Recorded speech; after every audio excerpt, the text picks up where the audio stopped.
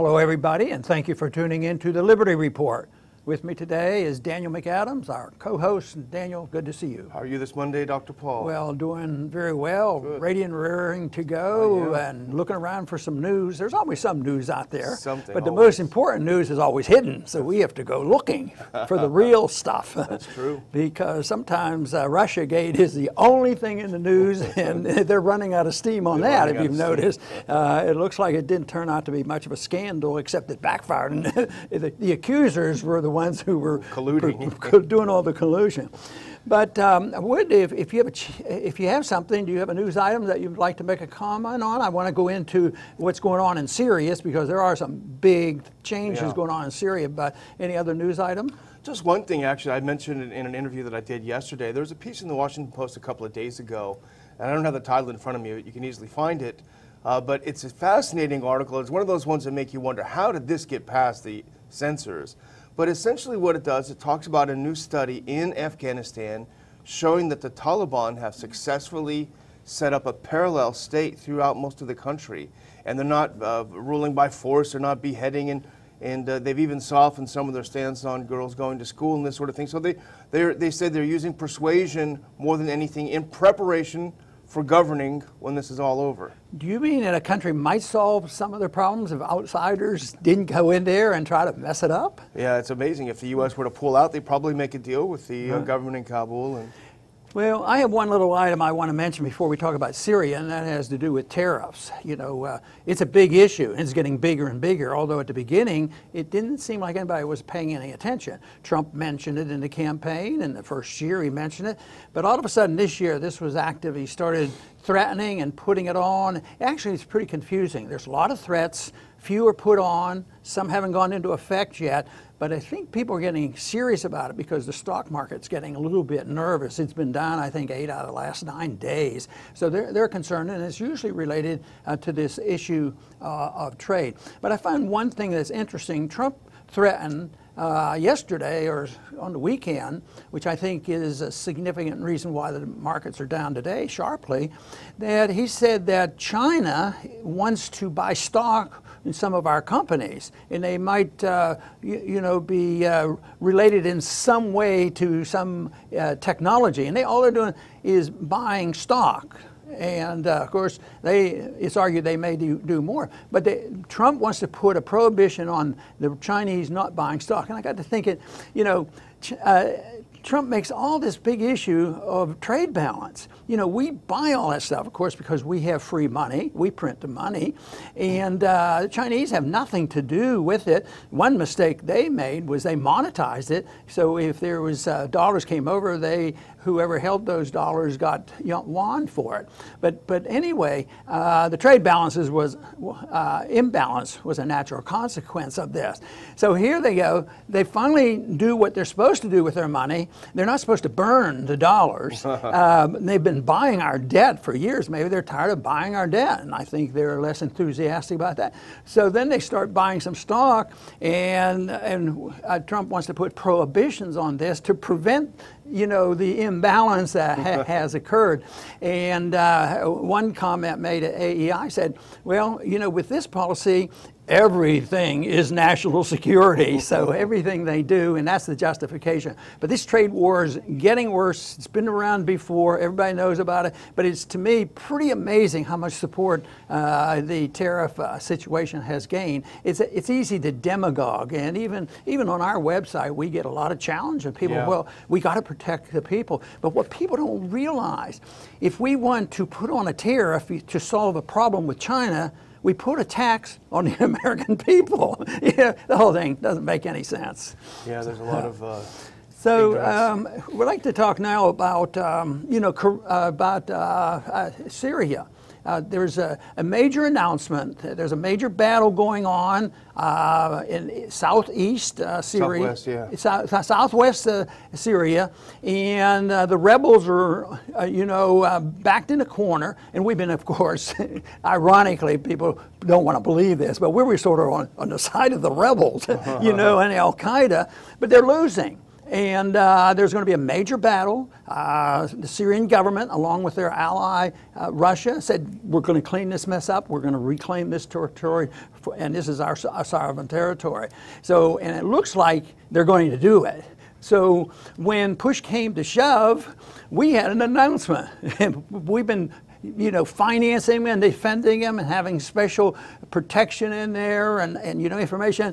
And our announcement is, we're backing off. We don't want to have anything to do with this. You're on your own now. So this is, it's an important battle, but it's very symbolic too of what is shifting and going on. I mean, it's been many months now that the momentum has been shifted in favor of Assad. Nobody expects Assad to be gone in 6 months. Mm-hmm. He hasn't been gone in 6 years, so he's not going to be gone in 6 months. So they've given up on this, and it's sort of a cleanup operation now. It's something that I think that is going to be noticed, although there's not very much talk about this in the mainstream media. Yeah, we touched on it a little bit last week, that it's been touch and go because the U.S. has issued several statements to the Syrian government. Don't you dare go after these parts, this Daraa region in southwestern Syria. Don't you do it, there'll be consequences. And then at the end of the week, the tone softened a little bit. They didn't have the implicit threat of U.S. force. So there was a sense that there was a shift. And so over the weekend, the U.S. sent a message to the Free Syrian Army, which is really essentially al-Qaeda forces in the region, quote, "You should not base your decisions on the assumption of a military intervention by the U.S." That's a good sentence. Right. And, Haley has a statement, and, of course, the blame was all placed on Russia. It was Russia's fault. She didn't give a fair and balanced approach to why Russia is there and why Syria is concerned about this.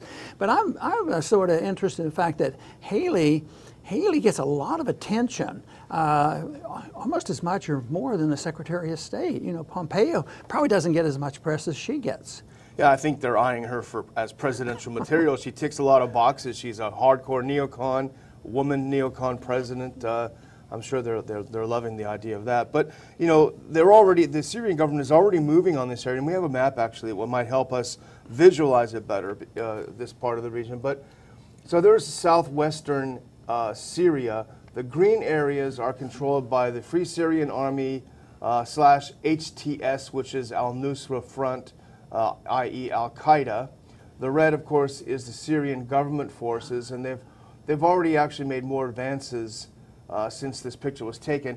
That black, the blue is Israel-occupied Golan Heights, and that little black part to the right of the blue is ISIS. So it's ISIS and Al-Qaeda there. You can see Damascus at the top. The Syrian government is making its move. It's going to clear out this last part. And they dropped some pamphlets themselves and said, hey, you guys, you should surrender. People, if you can leave, you should leave. And so far, apparently 11 rebel groups in the southwest region have gone over to the government side and decided to not fight.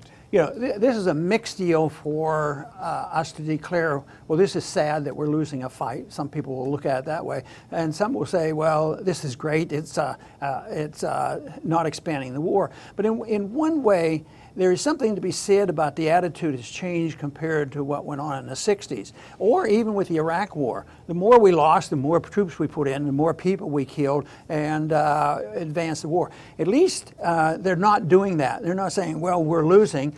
And the argument was, and it was used against me in the debates, is that, well, we can't lose face. Yes, we lost umpteen men, and they've died, but we don't want them to look like they died in vain, so we have to go back there and win this war. And that's the attitude that was on Vietnam. I remember Johnson said, I never want to be the first president to lose a war. So that's the reason they want to put more troops in. At least that isn't the attitude. So it's a tough way to say that maybe things improved a little bit. We're a little less aggressive. Maybe we're wise enough to reality and backing off. So I'm afraid this might be a one-time incident, but maybe not. Maybe there will be changes because, you just mentioned a little while ago that a little clip about Afghanistan. Maybe we'd wise up there and say, hey, instead of asking for more troops like we had in Afghanistan, maybe we could just back off and see what happens. You know, Eric Zeiss has an article that I put up on the Ron Paul Institute website, and it makes a great point because everyone, who lost Syria? How did we lost it? We ceded it to the Russians. And he said, what makes you believe that it was ours to cede or to give or to keep for ourselves in the first place? It's this preposterous notion that the media has that somehow every other country is ours. We either keep it or we lose it. It's crazy. But the thing I think that happened in southwest Syria, and this is also something that happened in 2015 when the Russians came in, the Russians made a quick move. The Syrian government said, we're going to go, we're going to get rid of this area, we're going to flush out Al-Qaeda, we're going to retake this territory. The Russians said, okay, we're there with air support, we're sending in tons of equipment that you're going to need for it. And I think it caught the U.S. into a situation where you're really going to go to war with Russia over Al-Qaeda in southwest Syria. And I think that's what happened. I think wisely, Trump blinked.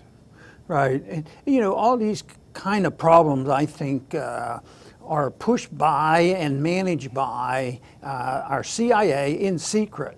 And the CIA, of course, has been very much involved, but I don't think they ever give good advice. I think it's always going in the wrong direction. And look at what we have now. We have the head of the CIA, who's Secretary of State, and they know the ropes. I think the CIA is a real menace to us. And this whole idea that it protects us is just total nonsense. Because if you take any of the coups or election interference, we don't like the Russians interfering in ours, which I don't happen to believe if they did, it was petty. Yeah. But how many times, 80 times, we've done it since World War II. We're always involved, and nobody cares. Nobody says, you know, but the CIA is always involved. They do it in secret. And of course, the big event when the CIA got involved that we have to live with is when they participated in the coup in Iran in 1953. Yeah. You know, so that is where the problem is. That secrecy in government is really very, very bad. And when I talk about secrecy and manipulation, I think CIA and Federal Reserve. They have the financiers, and then they have the secret control of you know, the special forces and dictating policy. It's really a sad story because we don't have many reliable sources. You know, they talk about you know, CNN and MSNBC, NBC, but always presenting bad reporting. But you know, the other side, the Republican side, has to build up the warmongering stuff. So the American people don't have a whole lot of choices. So I hope we can contribute to helping to sort some of this out. Yeah, and you know, this was the CIA's baby. This Free Syrian Army / Al-Qaeda troops, particularly down there. This was the CIA's baby. It's one of their most expensive operations in history. They were paying all the salaries, sending in billions of tons of equipment and all this and that. And boom, it just dropped like a rock as a total, complete failure. Oh, and by the way, sorry we ruined your country. Yeah, and we have this strategic ally with the enemy. And then when we don't do so well, like in Libya and Syria, who ends up with the weapons? They end up against us or against you know, Assad and other people who deserve a little bit more respect. But our weapons, you know, are so often used against us. And of course, there's the financial angle. There's a lot of waste and fraud and abuse and subsidizing and supporting the enemies. So in one way, we can keep our fingers crossed. This is not really bad news for us. And some people would say, no, we can't let this stand because this looks like a failure and we have to. There's still people today who complain that the main problem we had in Vietnam is that we gave up too soon. You know, we only sacrificed 60,000 people, then we didn't give up, so we needed more troops. 250,000 troops on the ground wasn't enough. We should have had 500,000, 750,000 to prove that we own the world. Well, I think eventually this little episode here in Syria, which you describe as a major episode with the CIA, that this may be a signal that we don't have the weight that we think we have you know, around the world and running the world, because eventually empires do fail. It's just a matter of time.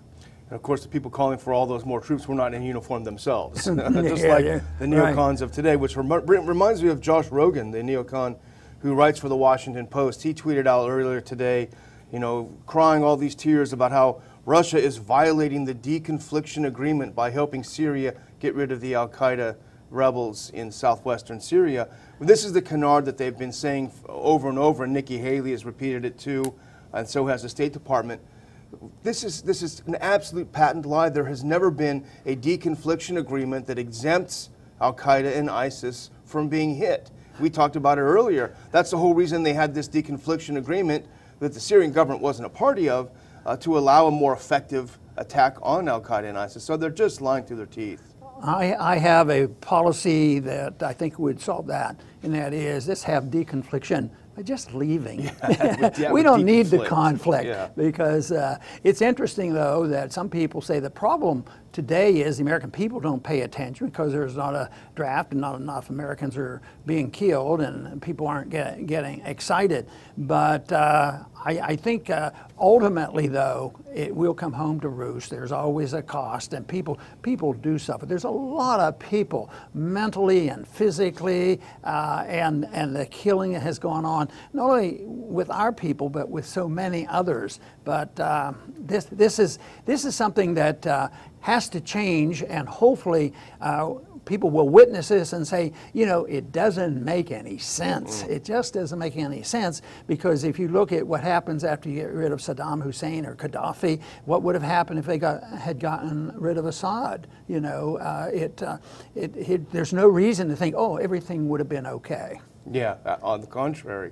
And here's another thing that's interesting in the context of this whole thing. John Bolton, ironically, may go down as sort of a peacemaker in a way. He's going to Moscow on Wednesday, expected to pave the way for a Trump-Putin summit in July on the wings of this NATO summit in mid-July. And they're expected to discuss Syria. They're going to talk about probably this area. So interestingly, this is in the news, this supposed meeting that's going to be scheduled between Trump and Putin. This might be some sort of turning the corner, in foreign policy. Let's hope so. Yeah, that's a big challenge, but that would be something to have that happen. And I guess he shouldn't be held accountable for flip-flopping, because there's a lot of forgiveness to our president, because he has a couple positions. Just look at sort of a beneficial flip-flop with North Korea. Yeah. We can't complain about that. But it's the uncertainty, whether it's the trade uncertainties or the foreign policy uncertainties that people don't like, and they don't like to act on. It was so much different, say, in this horrendous war of World War II. Everybody knew exactly who the enemy was and where it was coming from, and the people got together. Even that war just lasted, 3.5 years or so, So it's this uncertainty that's going on that gives us these wars that last 15 and 20 years, but that's done on purpose. It's not an accident, because this is, they've warned us, the global war on terrorism is going to last a long time. It is, but the global war on terrorism means nothing more than the domestic war on Americans and American civil liberties. Absolutely. I would just finish by saying, really, when this last pocket of al-Qaeda and ISIS is cleared out, the U.S. military presence inside Syria will make that much less sense than it does now, and it makes very little sense at all. So the question is, how does the U.S. extricate itself from Syria? We're claiming we want to stay there forever, we're not going to leave, but also claiming that they're fighting ISIS, which is no longer there. So that'll be the next domino to fall, so to speak, and we can only hope sooner rather than later. Finally, get your tickets to our conference in August, ronpaulinstitute.org/conference.